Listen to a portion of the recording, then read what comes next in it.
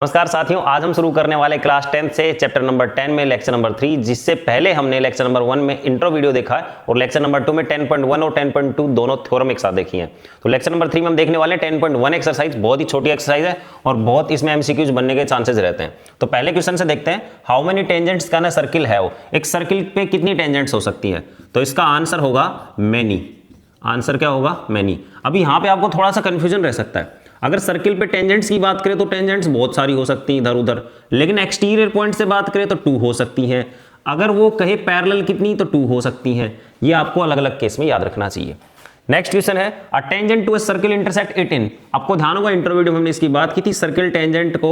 Tangent circle को एक point पर इंटरसेक्ट करती है, 1 पॉइंट, यानी कोई एक पॉइंट से वो इंटरसेक्ट करके जाती है तो उसी को वो टच होती है। ठीक है, तो सर्किल एक पॉइंट, टेंजेंट सर्किल को एक पॉइंट पे इंटरसेक्ट करती है। अगला क्वेश्चन है, a line intersect the circle eight 2 points is called. एक लाइन जो सर्किल को 2 पॉइंट्स पे इंटरसेक्ट करती है उसको हम बोलते हैं सेकंड बोलते हैं। ठीक है, तो थर्ड क्वेश्चन है, अ circle can have blank parallel tangent. अभी आंसर दिया मैंने। सबसे एक सर्किल की ज्यादा से ज्यादा 2 ही पैरेलल टेंजेंट्स हो सकती हैं। The common point of the tangent to the circle and the circle is called. Tangent का और सर्किल का कॉमन पॉइंट, ये आपके सर्किल है, ये एक टेंजेंट और ये पॉइंट जो सर्किल का और टेंजेंट का कॉमन है, इसको बोलते हैं point of contact. Point of contact. Intro video में हमने इसके बारे में आपको डिटेल से बताया है। आते देखते हैं इसका थर्ड क्वेश्चन। बहुत कमाल का क्वेश्चन और बहुत ही इंपॉर्टेंट क्वेश्चन है ये। A tangent P Q at a P point of a circle. यहां तक की बात है, टेंजेंट का नाम पी क्यू है और सर्किल पे एक पॉइंट है पी, वहां पर है। तो मैंने ऐसे एक टेंजेंट ड्रॉ कर लिया। आप कैसे भी डायग्राम बना सकते हैं। रेडियस 5 है, मैंने रेडियस ऐसे ही बनाई। मैं कैसे बना सकता था, लेकिन मैंने ट्राइंगल फॉर्म दिया है इसको। Meet a line through the centre O at a point Q so that O Q.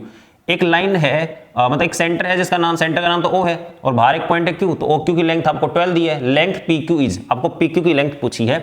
आपको मैं एक सजेशन दूंगा, जब भी आपको इन 3 चीजों से रिलेटेड क्वेश्चन मिले, यानी अगर रेडियस की बात करेगा तो आपको ये वाली रेडियस लाइन रखनी है, ये रखनी है, टेंजेंट लाइन रखनी है, और ये डिस्टेंस रहेगी सेंटर से बाहर वाले कोई पॉइंट की डिस्टेंस रहेगी। अगर ये 3 वर्ड कहीं पे लिखे मिलते हैं तो आपको डायग्राम ऐसा ही बनाना चाहिए ताकि आपके लिए क्वेश्चन सॉल्यूशन करना आसान रहे, और इसमें फिर पाइथागोरस लगा के आप बाकी की जो साइड्स हैं वो निकाल सकते हो। ये हम अभी 10.2 में भी इसके एक आधे क्वेश्चन देखने वाले हैं। तो यहाँ पे मैं in triangle P O Q by Pythagoras जो डेटा है ना, उस हिसाब से लोग इसमें 13 भी टिक कर देते हैं गलती से, लेकिन इसका आंसर अलग आना है। तो हाइपोटेनियस कितना है भैया? अपना हाइपोटेनियस है 12 का स्क्वायर। बेस कितना है? मान लो पी क्यू है अपना बेस स्क्वायर। परपेंडिकुलर कितना है? 5 का स्क्वायर। इसका स्क्वायर 144, ये पी क्यू स्क्वायर, एंड ये हो गया 25 को इधर लेके आओ। 144 minus 25 equal to P Q square, और ये बचेगा 119 equal to P Q square.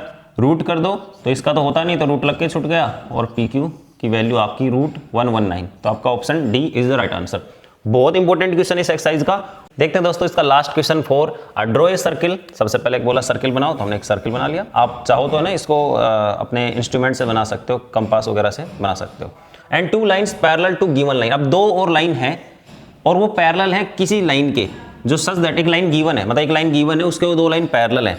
वो किस तरीके से? 1 is tangent and other is second. जो 2 लाइन है, मतलब इन दोनों की बात की है, उनमें से एक तो सेकंड है और एक टेंजेंट है, और वो किसी लाइन के पैरेलल जो ऑलरेडी गिवन है। मान लो ऑलरेडी गिवन लाइन ऐसे है कोई।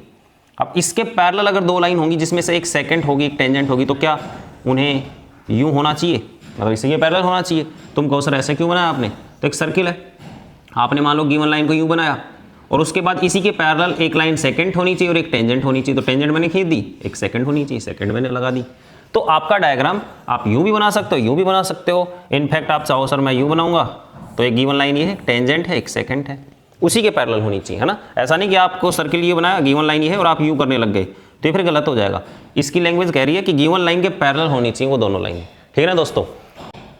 तो दोस्तों ये थी अपनी एक्सरसाइज 10.1। बिल्कुल छोटी सी एक्सरसाइज है, लेकिन आप इसको अच्छे से देखिएगा। छोटे क्वेश्चंस और एमसीक्यूज यहाँ से बनने के बहुत चांसेस हैं। दोस्तों आपके एग्जाम बिल्कुल पास आ चुके हैं और तैयारियों में कोई कमी मत छोड़िए। आप अपनी तरफ से जान लगा दीजिए। और आपने सुना होगा कि बिना मेहनत के हासिल तक तो ताज नहीं होते, और ढूंढ लेते हैं अंधेरों में भी मंजिल अपनी, जुगनू कभी रोशनी के मोहताज नहीं होते। तो दोस्तों आपको अपने लिए, अपने सपनों के लिए बहुत अच्छे से मेहनत करनी है, और मिलते हैं आपसे अगली क्लास में लेक्चर नंबर 4 में। तब तक के लिए जय हिंद, वंदे मातरम।